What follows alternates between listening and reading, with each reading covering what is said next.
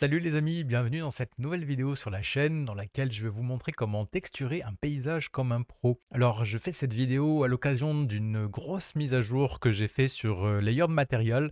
Donc c'est l'outil que j'ai développé qui vous permet de rajouter des couches sur tous les matériaux. Donc vous pouvez voir un peu quelques extraits sur ces images. C'est un outil qui se veut très intuitif où vraiment on fait juste du glisser-déposer pour rajouter des couches que ce soit de la poussière, que ce soit de la neige, que ce soit du sable ou des choses un peu plus imaginatives comme des parasites aliens. Donc voilà, pas mal de possibilités. Il y a du coup depuis cette mise à jour plus de 90 éléments. On passe de 70 et quelques éléments à plus de 90 éléments.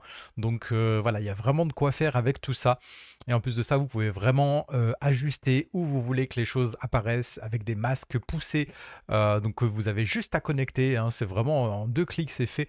Et ça permet vraiment d'aller très vite dans son travail et d'avancer de manière très intuitive. Donc voilà, si jamais ça vous intéresse, le lien est dans la description. Je fais une promo en ce moment à moins 50% dessus. Donc c'est une promo limitée dans le temps. Donc dépêchez-vous d'aller le chercher si vous le voulez. Le lien est dans la description, n'hésitez pas à aller checker tout ça. Et en même temps, j'ai rajouté pas mal donc, de matériaux procéduraux directement dans Layered Material. Et ces matériaux procéduraux, vous pouvez les retrouver dans des packs à part. Donc si jamais ça vous intéresse de prendre uniquement certains matériaux voilà, pour vos créations. Donc dedans, il y a un pack uniquement avec des volumes. Donc là, il y a du feu, différents types de feu, donc une flamme de bougie que j'ai énormément améliorée d'ailleurs, je l'ai vraiment poussé beaucoup plus loin dans les détails, notamment avec la partie un peu plus bleutée sur le bas de la flamme. Au niveau de l'animation, j'ai vraiment voilà, beaucoup plus poussé cette flamme là, ainsi que d'autres, hein. J'ai vraiment retravaillé pas mal les volumes donc dans cette nouvelle mise à jour et en même temps dans ce pack à part donc que vous pouvez récupérer également. Et il y a aussi un pack un peu plus sur le thème des vieux bâtiments. Donc on y retrouve de la pierre, des vieux planchers. Donc voilà, pas mal de choses. Et en même temps, ça permet de pousser vraiment loin la personnalisation, hein. Merci le procédural. Donc voilà, vous pouvez facilement changer les couleurs, changer la roughness pour leur donner un aspect plus ou moins mouillé, etc., etc. Donc pas mal de choses au programme. Donc pareil, vous pouvez aller checker ça et en même temps les autres packs qui sont disponibles, hein, si jamais ça vous intéresse, vous pouvez aller voir ça sur mon store Gumroad. Tout est disponible et en même temps, si vous achetez, ça permet de soutenir la chaîne. Donc d'avance, je vous en remercie. Donc voilà pour tout ça, pour cette intro et sur ce, je vous embarque pour vous montrer comment texturer ce paysage. Alors pour faire cet exemple, je vais utiliser un add-on présent gratuitement sur Blender pour faire de simples paysages. Donc pour ça, pour l'activer, on va aller dans Edit Preferences et ici dans Get Extension, vous pouvez faire une recherche à ANT Landscape et cliquer simplement sur Install, ça va vous l'installer directement. Pour commencer, on va supprimer le cube présent par défaut ici, donc pour ça je sélectionne, je fais Supr, je vais faire majuscule A. Et on peut aller maintenant dans Mesh, et ici on a un petit menu qui apparaît maintenant grâce à l'add-on qui s'appelle Landscape. Donc je clique dessus. Ici on va ouvrir le menu qui est en bas à gauche, et on va pouvoir aller choisir un preset dans ce menu-ci. Donc moi, un des presets que j'aime bien, c'est le défaut, mais en version large, donc en version plus grande. Voilà, donc je clique dessus, ça me met ça, et ensuite on va changer le type de noise, parce que je trouve qu'il y en a un qui est plus sympa, qui est le Strata H Terrain, donc qui fait des trucs un peu plus voilà, par étage. Donc voilà, nickel, on va pouvoir utiliser cette version-là, et simplement je vais rajouter de la subdivision, donc là on a 128 de subdivision, je vais simplement passer à 248. Donc voilà, ça c'est à vous de voir en fonction de votre ordi et du niveau de subdivision que vous voulez pour le modèle. Ok, donc maintenant qu'on a ça, on a notre modèle de prêt à être texturé. Donc on va pouvoir aller dans l'onglet Shading qui est ici. Hop, je me replace par rapport à mon terrain. Voilà. Donc ici, comme vous pouvez le voir, j'ai Layered Material qui est installé. Pour rappel, vous avez le lien dans la description pour aller le retrouver. Je vais me mettre sur Cycle. Je passe un peu vite hein, sur les réglages. Donc ici, je vais simplement faire une petite rotation pour avoir voilà, des jeux d'ombre et de lumière un peu plus sympas. De cette manière-là, on est plutôt pas mal.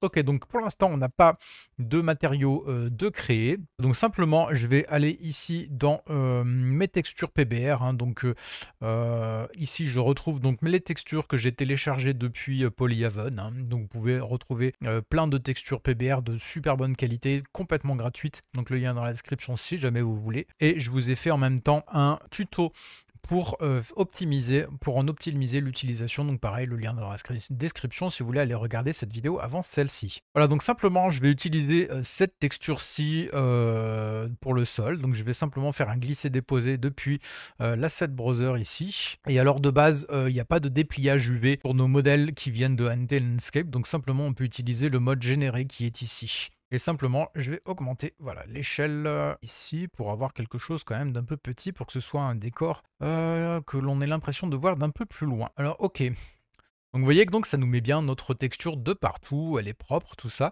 Donc moi, ce que j'aimerais maintenant, c'est pouvoir rajouter une texture uniquement pour faire mes falaises. Donc pour ça, je vais éloigner un peu le Material Output et là, je vais passer ici à Layer Material. Donc depuis ce menu ici hein, de l'Asset Browser, je déplie donc le menu de Layer Material et j'en retrouve ici, donc depuis la version 2.0 récente, un nouveau menu qui s'appelle Mix Material.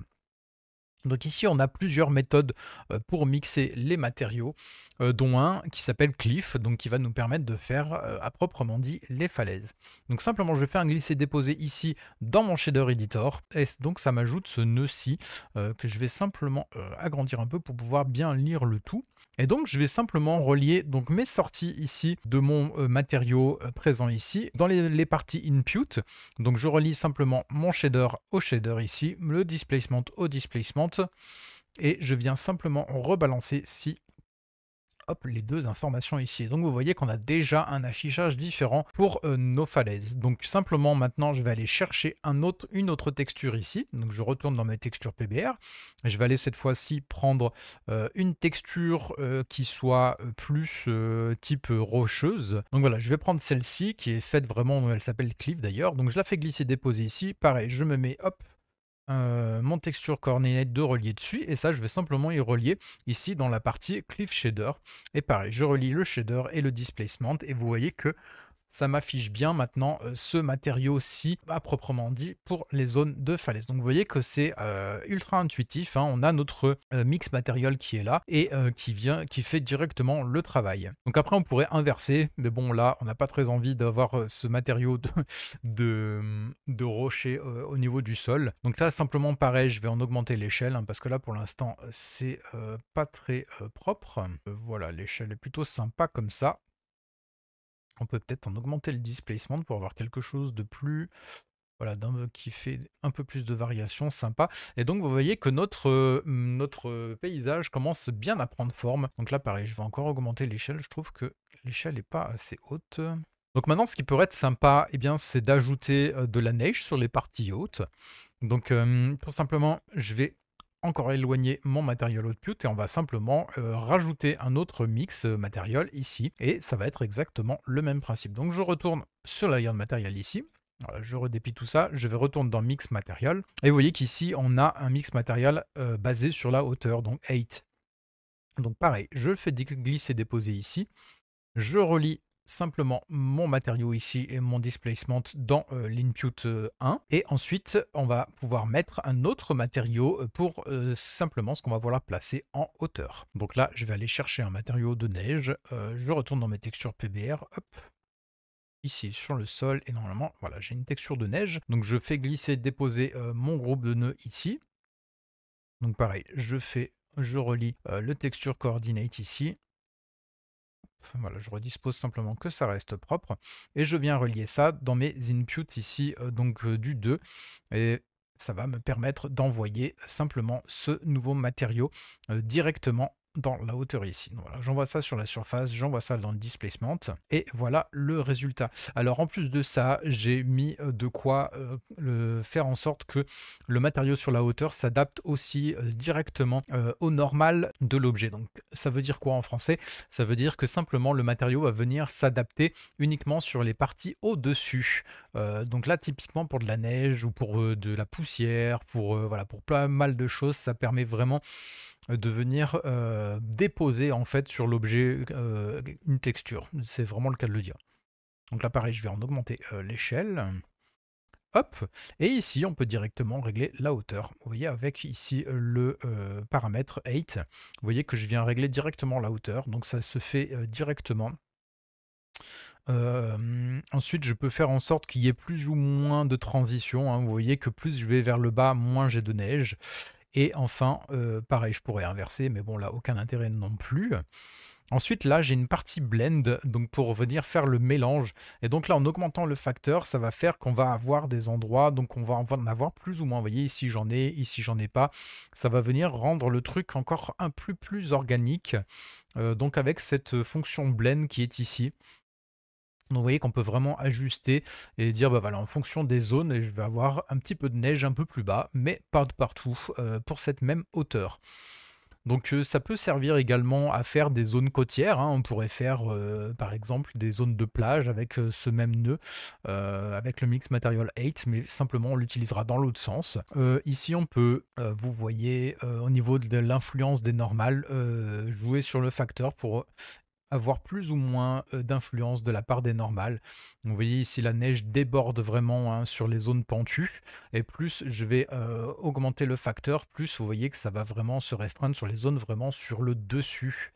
Donc vous voyez un peu la puissance du truc, c'est vraiment hyper fort. Et là pareil, je peux gérer du coup la force, hein, pour que vraiment les zones soient plus ou moins marquées par ce matériau. Donc vous voyez qu'on a un résultat ultra rapide. Donc on peut vraiment générer des terrains, texturer des terrains de manière ultra rapide, ultra flexible, sachant que là, je peux encore pousser plus loin. D'ailleurs, on va se faire le kiff de le faire. Imaginons, je veux avoir 2 matériaux et pas un seul pour mon sol. Eh bien, c'est tout à fait possible. Je vais écarter ça. Donc, vous voyez qu'ici, on a notre cliff qui est ici. Mais donc ici, on a le matériau qui est envoyé pour le sol ici. Vous voyez que c'est marqué bien Ground Shader Inputs. Donc pour le matériau qui est bien pour le sol. Donc ici, on va simplement en mettre 2 au lieu d'un. Donc j'écarte un peu ça. Et ici, dans Layer Material, hop, je retourne ici, hop, dans Mix Material, vous avez compris le principe, il y en a ici un mix qui permet de le faire avec simplement du noise. Donc pareil, je fais glisser-déposer. On va baisser tout ça pour que ça reste propre. Voilà, je vais le mettre ici. Hop, on va, pareil, envoyer le matériau, le displacement. Pareil, j'envoie le nouveau displacement ici. Et donc, vous voyez que j'ai des zones noires maintenant où je vais pouvoir mettre bien un nouveau matériau, tout simplement. Donc là, hop, je retourne dans mes textures PBR. Voilà, ça fait faire un peu des allers-retours. Et ici, on va pouvoir mettre une zone éventuellement avec des rochers ici.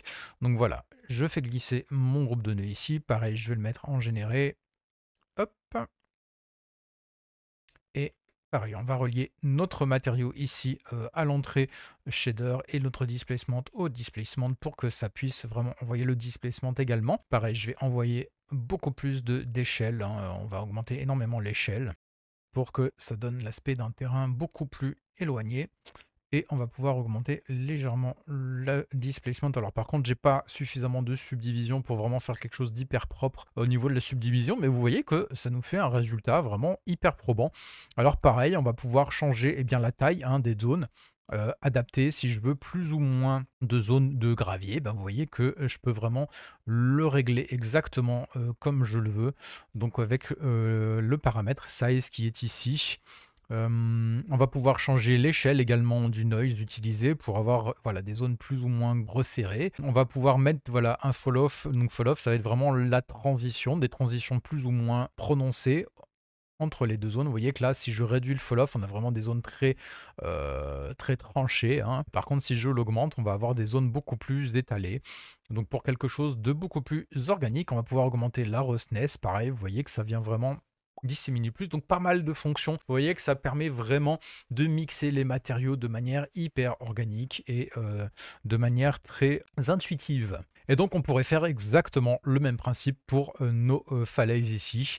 Donc vous voyez que ici pour la falaise, eh bien j'ai qu'un seul matériau, mais je peux utiliser exactement le même nœud ici pour rajouter un autre un matériau de rocher pour mes falaises. C'est tout à fait possible. Donc on va pouvoir le faire. Donc simplement je vais utiliser mon mix material noise ici. Je vais le dupliquer en faisant majuscule D et je vais venir le poser ici sur le fil entre les deux. Je vais relier mon displacement ici et le ramener ici également pour garder quelque chose de propre. Et donc pareil, vous voyez qu'on a des zones en noir ici. Alors par contre, je vais baisser l'échelle pour avoir des zones beaucoup plus grande. Je vais baisser la roughness parce que là, pour ce genre de matériaux, il vaut mieux avoir quelque chose de plus étalé. Voilà.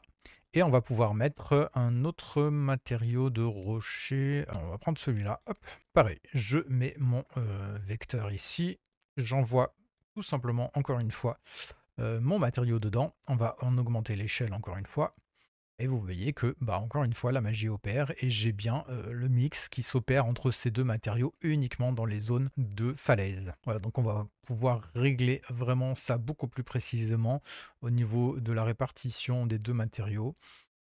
Hop, changer l'échelle, augmenter la roughness, alors pour faire des transitions plus organiques. On va pouvoir augmenter le displacement, hop, de notre matériau.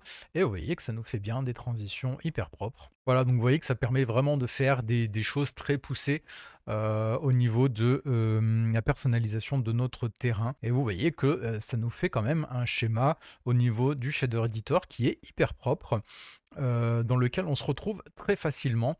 Donc voilà, c'est encore une fois, hein, j'aime beaucoup la simplicité, faire des systèmes qui soient cohérents, logiques et faciles à utiliser. Et là, vous voyez que vraiment, on est là-dedans, hein. On va vraiment de plus en plus, voilà, de la gauche vers la droite. On va simplement relier à nos mix, hein. On va simplement mixer nos deux matériaux en reliant simplement les sorties aux entrées de manière très organique. Donc ici, pour que ce soit plus clair pour ce qui est du BSDF ici, c'est bien si vous l'avez si vous n'avez pas fait de nœud personnalisable comme je vous l'ai montré dans l'autre vidéo, simplement je rentre dedans avec Tab et ici vous retrouvez le principal BSDF. Donc ça serait bien le principal BSDF que vous joindrez directement dans le shader ici, hein. Et donc le displacement, bon bah forcément c'est le displacement. Mais en tout cas ce serait bien votre principal BSDF que vous reliez à l'entrée shader. Voilà, j'espère vraiment que cette vidéo t'a été utile. Si c'est le cas, n'hésite pas à me laisser un pouce vers le haut, à t'abonner si c'est pas fait, à commenter pour me dire ce que tu en as pensé, que ce soit en positif ou en négatif. Je suis toujours preneur des critiques constructives. Et sur ce, je te dis à très vite pour un prochain tuto. Ciao!